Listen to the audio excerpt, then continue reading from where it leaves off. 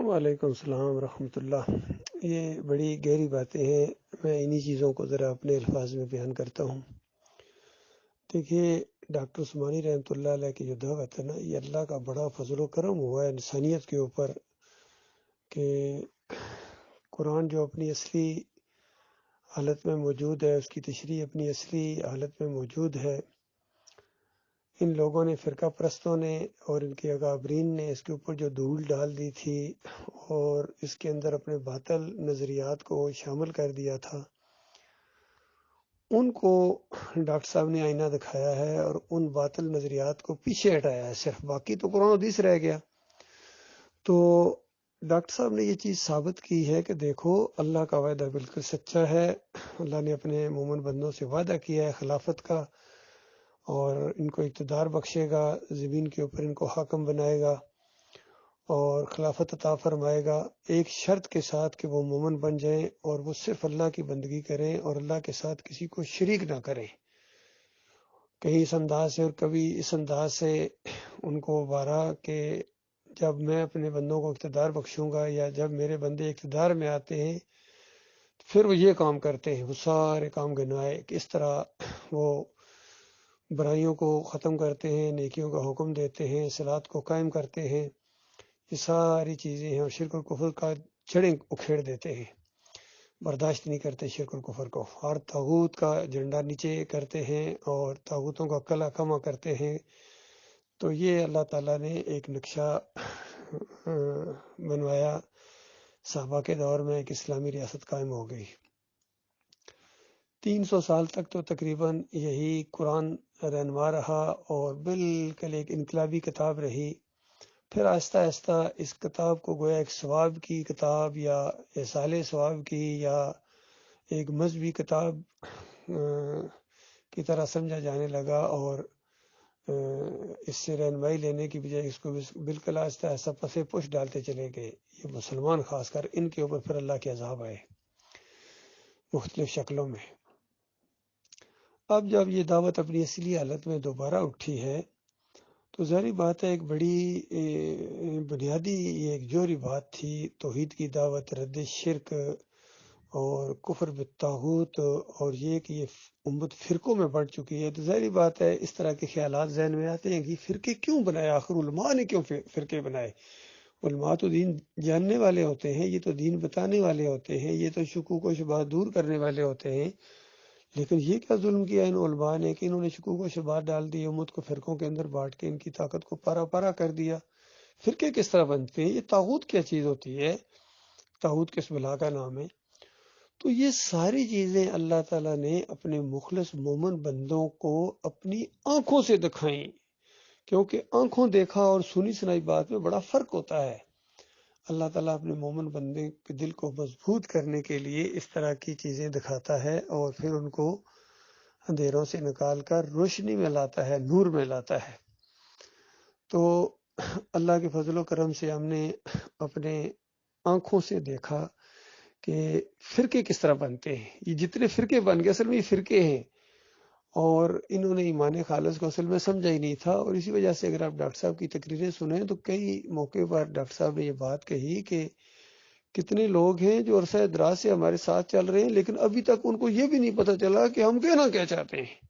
اندازہ لگائی، اتنے سال سے ساتھ چل رہے ہیں، اور لگتا ہے کہ محمد حنیف بھی انہی میں سے ایک تھا، اور یہ سعید احمد اور یہ سارے لوگ، اور یہ خاص کر یعقوب علی بھی اور سرفراز بھی، اس طرح کے جو لوگ تھے نا، ان کو وہ بات نہیں سمجھ آئی کہ دین کی دعوت بنیاد کیا ہے۔ تو یعنی اس طرح ڈاکٹر صاحب کہا کرتے تھے کہ بے شمار لوگ ایسے ہیں جو ہمارے ساتھ چل رہے ہیں کتنے عرصے سے، لیکن ابھی تک ان کو یہ سمجھ نہیں آیا کہ ہم کہنا کیا چاہتے ہیں۔ تو اصل میں وہ اس دعوت کو نہیں صحیح طریقے سے سمجھے تھے، ڈاکٹر صاحب کی شخصیت سے متاثر ہو کے ساتھ مل جاتے تھے، لیکن اس دعوت کی روح کو وہ نہیں سمجھ پاتے تھے کہ یہ دعوت ہے کیا۔ اس وجہ سے وہ کچھ عرصہ چلنے کے بعد وہ پیچھے ہٹے ہیں، اور وہ اس طرح راستے اس دعوت کے ساتھ وہ نہیں چل سکتے ہیں۔ مولوی مزاج لوگ ہوں یا دنیا پرست قسم کے لوگ ہوں یا اپنی انا والے جو لوگ ہوں اور غرور اور تکبر جن کے اندر ہو، وہ اس دعوت کے ساتھ زیادہ دیر نہیں چل سکتے ہیں۔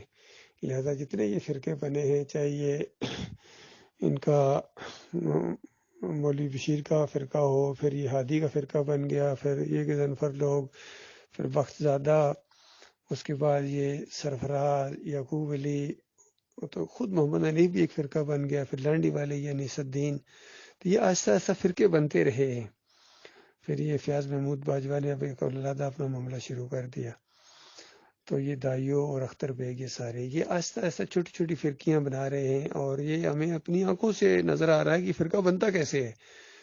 اور پھر یہ جو محمد حنیف کی شکل میں اور سعید احمد کی شکل میں دو طاغوت سامنے آئے ہیں، یہ طاغوت ہمیں اللہ تعالیٰ نے اپنی آنکھوں سے بنتے دکھایا ہے۔ اور پھر ہماری بھی ظاہری بات آزمائش ہونی تھی کہ ہم الحب للہ والبغض للہ کرتے ہیں یا نہیں کرتے ہیں۔ پہلے ان کے ساتھ جو محبت تھی وہ خالص اللہ کی رضا کے لیے تھی، جب تک یہ ایمان عقیدے کے اوپر قائم رہے اور جو اسی دعوت کے ساتھ رہے تو ہمیں بہت اچھے لگتے تھے، بہت اچھا، یقین کی قریبی رشتہ داروں سے زیادہ یہ عزیز تھے۔ لیکن جب ان کے ایمان عقیدے کے اندر خرابی آئی اور انہوں نے فریب لانا شروع کر دیا، پھر ہماری آزمائش ہوئی کہ اب یہ زیادہ پیارے ہیں یا اللہ زیادہ پیارا ہے۔ تو کہیں آپ شخصیت پرست تو نہیں ہیں، یہیں کہیں یہ دوستیاں اور یہ جو اس طرح کی چیزیں ہیں یہ اللہ کے لیے یا کوئی اور مقاصد ہیں، دنیاوی مفادات ہیں۔ تو یہ چیزیں سامنے آئیں۔ اللہ کا لاکھ لاکھ شکر ہے، ہم نے اللہ کو آگے رکھا، اللہ کے دین کو آگے رکھا، اللہ کی کتاب کو آگے رکھا، اور ان سب لوگوں کو ہم نے پیچھے کر دیا۔ کسی پر چوٹ لگے، کوئی ناراض ہو، یہ کلیہ ہاتھ آ گیا کہ جب اللہ کا معاملہ آ جائے پھر نہ رشتہ داری دیکھی جائے گی، نہ برادری دیکھی جائے گی، نہ علاقہ دیکھا جائے گا، نہ کسی کی دولت دیکھی جائے گی، نہ کسی کی غربت دیکھی جائے گی، کچھ بھی نہیں دیکھا جائے گا سوائے ایمان خالص کے۔ جو اللہ کی بات مانتے ہیں، مخلص ہیں اللہ کے دین کے ساتھ، اور مسلمانوں کے ساتھ مخلص ہیں، دین کے ساتھ مخلص ہیں، وہ ہمارے بھائی ہیں۔ اور وہ بہت تھوڑے لوگ رہ گئے ہیں، باقی چھانٹی ہو گئی ہے۔ یہ کچرا آہستہ آہستہ نکلتا رہا ہے، ابھی ایک بڑی تعداد میں کچرا نکلا ہے، اور یہ وہ لوگ ہیں جنہوں نے ایمان کی نعمت پانے کے بعد پھر کفر کی روش اختیار کی۔ ان کے چہرے کالے ہوں گے اور ان کو کہا جائے گا چکھو مذاب، عذاب کا، ایمان کی نعمت پائی بھی تھی پھر بے ایمانوں کافر ہو گئے تھے، تم نے صبر نہیں کیا، تم دنیا کی طرف جھک گئے اور دنیا دار بن گئے، اب ہمیشہ کی آگ کے مزے چکھو۔ یہ وہاں سارے آپس میں لڑیں گے، چیخیں گے، چلائیں گے، لیکن واپس نہیں آ سکیں گے۔ اس لیے آج اپنی عقل سے کام لینے والے اپنی عقل سے کام لیں اور غور و فکر کریں اور سنیں اپنے بھائیوں کے ہم کیا کہہ رہے ہیں۔ ہم نے بڑی سادہ بات ان کے سامنے رکھی ہے، بہت ہی سادہ، کہ دیکھو انبیاء کفر و شرک کا کلا کما کرنے کے لیے آتے ہیں، ہر نبی کی یہی دعوت ہے، نعبد اللہ واجتنب الطاغوت، اللہ کی بندگی کرو اور طاغوت سے جان چھڑاؤ۔ انہوں نے طاغوت کو اپنا امیر بنا لیا، طاغوت کو اپنا لیڈر بنا لیا، کیسے ان کو ہدایت ملے گی؟ طاغوت کا کفر کرنے کا ان کو حکم دیا گیا تھا۔ یہ دعوت تو اٹھی، یہ جماعت تو بنی کفر بالطاغوت کے اوپر ہے۔ تو کفر بالطاغوت کی بنیاد پر اٹھنے والی دعوت طاغوت کو اپنا امیر بنائے، اپنا امام بنائے، اپنا لیڈر بنائے، تو یہ ان کے ساتھ اصل میں شیطان نے بڑا کھیل کھیلا ہے۔ یہ دائیں بائیں آگے پیچھے دیکھ رہے تھے، اندر سے طاغوت اٹھا تو اس کی انہوں نے پوجا کرنی شروع کر دی۔ جس طرح سامری نے بچڑا بنایا تھا، قوم اس کے آگے سجدہ ریز ہو گئی، اسی طرح محمد حنیف اور سعید احمد نے بچڑا بنایا، یہ سجدہ تعظیمی والا، اور جماعت کی اکثریت ان کے سامنے سجدہ ریز ہو گئی۔ یہ جو محمد حنیف صاحب نے لکھا ہے نا دعوت القرآن 100 نمبر آیت کی تشریح میں کہ پورا خاندان یوسف علیہ السلام کے سامنے سجدہ ریز ہو گیا، اصل میں یہ طاغوت کے سامنے سجدہ ریز ہوئے ہیں، یہ طاغوت کی بندگی کر رہے ہیں۔ انبیاء کبھی ایک دوسرے کو سجدے نہیں کرتے تھے، وہ تو اللہ والے ہوتے ہیں اور اللہ کی طرف بلاتے ہیں۔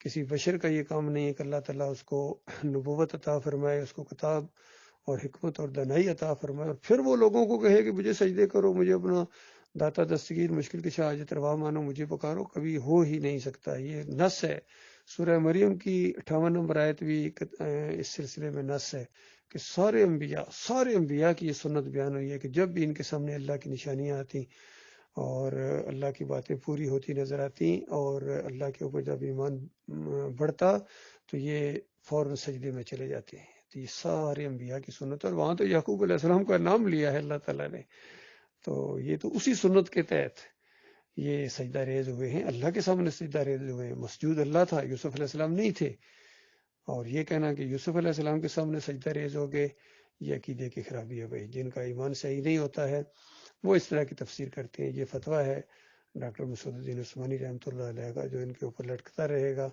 اور بالکل درست فتویٰ ہے، خالص اللہ کی کتاب کی تشریح کی ہے، تفسیر کی ہے، مومنانہ تفصیل بیان کی ہے۔ اللہ تعالیٰ ڈاکٹر عثمانی رحمۃ اللہ علیہ کے اوپر کروڑوں خربوں برکتیں نازل فرمائے، جنہوں نے اس دین کے اوپر استقامت دکھائی اور کفر و شرک کو بالکل آڑے ہاتھوں لیا، للکارا طاغوت کو اور بالکل علیحدہ کر دیا، ہدایت اور گمراہی کو بالکل علیحدہ کر دیا، قرآن و حدیث کو ایک طرف کر دیا اور ان کے کفر و شرک کو دوسری طرف کر دیا۔ ایمان خالص کس طول پڑھیں، کس دوم پڑھیں، اسی طرح وفات ختم الرسل پڑھیں، عذاب برزخ کتاب پڑھیں، اور یہ مزار یہ میلے پڑھیں، فلاح کا راستہ پڑھیں، اللہ کا گھر اور یہ درگاہیں پڑھیں، واسطے وسیلے کا شرک پڑھیں، تعویذ گنڈا شرک پڑھیں، جہاں را انقلاب دیگرے دے پڑھیں، اور بھولا سبق پڑھیں۔ یہ ڈاکٹر صاحب کی کتابیں ہیں، اور کفر و شرک کے اوپر ایسی چوٹ ماری اس اللہ کے بندے نے، اس کی جڑ کے اوپر تیشہ چلایا اور بتایا کہ یہ سمائے موتا کا عقیدہ، مردوں کے سننے کا عقیدہ، یہ شرک کی جڑ ہے جو احمد بن حنبل کے ذریعے اس امت کے اندر آیا ہے۔ عہد روح فی القبر کا عقیدہ احمد بن حنبل نے اپنایا، اور پھر ابن تیمیہ نے اس کو اور آگے بڑھایا، ابن قیم نے، ابن حجر عسقلانی نے، امام نووی نے، ان سب لوگوں نے اسی عقیدے کو یہ لے کر آئے ہیں، چاہے ابن ماجہ ہوں اور یہ دوسرے ہوں، ابو داؤد وغیرہ بھی، اور یہ ترمذی وغیرہ بھی اس طرح کی چیزیں لائے ہیں، اور بہت کم لوگ اس سے بچے ہیں۔ امام بخاری رحمۃ اللہ علیہ نے قرآن کی جو تفسیر کی ہے وہ بہت ہی زبردست ہے۔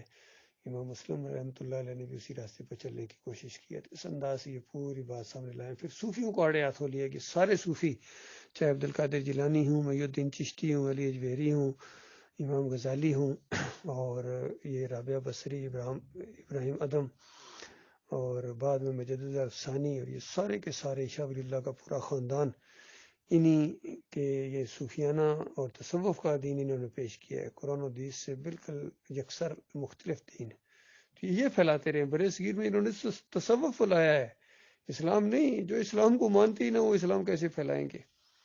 تو یہ پورا ایک سلسلہ چلا ہے۔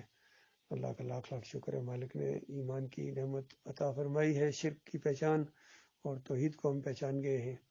انشاءاللہ اس کے اوپر قائم رہیں گے، اللہ تعالیٰ ہمیں قائم رکھے گا۔ ہمارے مالک بہت قدردان ہے، اور بہت ہی زیادہ وہ اپنے بندوں کی قدر کرنے والا ہے۔ اللہ ولی الذین آمنوا یخرجہم من الظلمات الی النور۔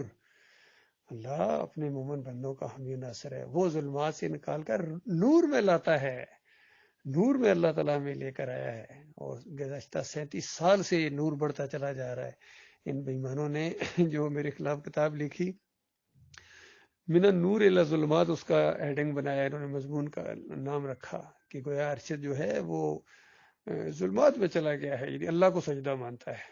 تو بتاؤ بے ایمانو، ڈاکٹر عثمانی رحمۃ اللہ علیہ کے بارے میں کیا خیال ہے؟ ادھر فتویٰ لگاتے ہیں، ان کو موت پڑتی ہے، اسی عقیدے کی وجہ سے وہ رحمۃ اللہ علیہ ہیں، جنت الفردوس کی کہتے ہیں، ہم دعائیں کرتے ہیں، اور اسی عقیدے کی وجہ سے ہمیں باغی اور انتشاری کہتے ہیں۔ یہ ان کا دوگلا پن، یہ ان کا دوگلا پن۔ تمہاری دعاؤں کی ڈاکٹر عثمانی رحمۃ اللہ علیہ کو کوئی ضرورت نہیں ہے، مشرکین کی دعائیں اکارت جاتی ہیں۔